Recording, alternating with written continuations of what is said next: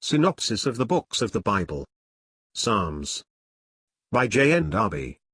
All Scripture is given by inspiration of God, and is profitable for doctrine, for reproof, for correction, for instruction in righteousness, that the man of God may be perfect, thoroughly furnished unto all good works.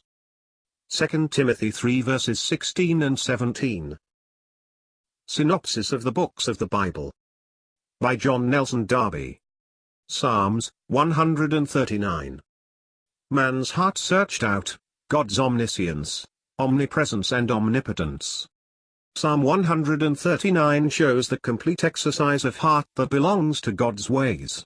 Though the faithfulness of God perfects all his purposed blessing, not a thought escapes God. There is, morally speaking, no staying in his presence, but there is no getting out of his presence, nor where he sees not, though conscience might be glad to flee. But this brings in another aspect. He knows all because also he has formed all. This connects us with the taking perfect notice of us in goodness. He cares for us, watches over every member that is formed, as he knows our every thought. If he does, he is his own too, and these are precious to us. This is just the change and working of faith. It begins necessarily by conscience under God's eye, for it brings us into his presence, and then gets at God's thoughts, who has formed us for himself and then unfolded boundless spheres of his own blessing and ways. God watches over him in the silence of sleep, waking, therefore, he finds himself with God. But, further, this connection with God is a perfect breaking with the wicked. God will slay them, and he calls on them to depart from him.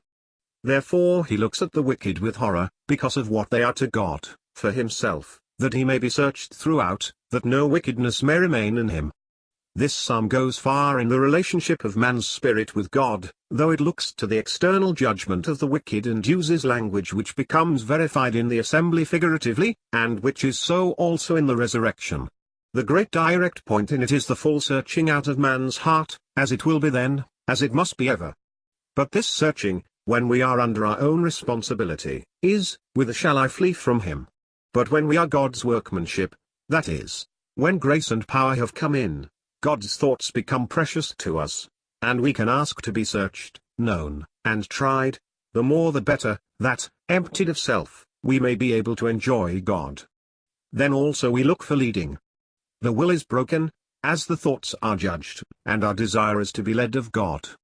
We see at the same time the character of the psalm connects it with the latter day. Surely thou wilt slay the wicked. It looks for judgment and has hatred and horror of the haters of God.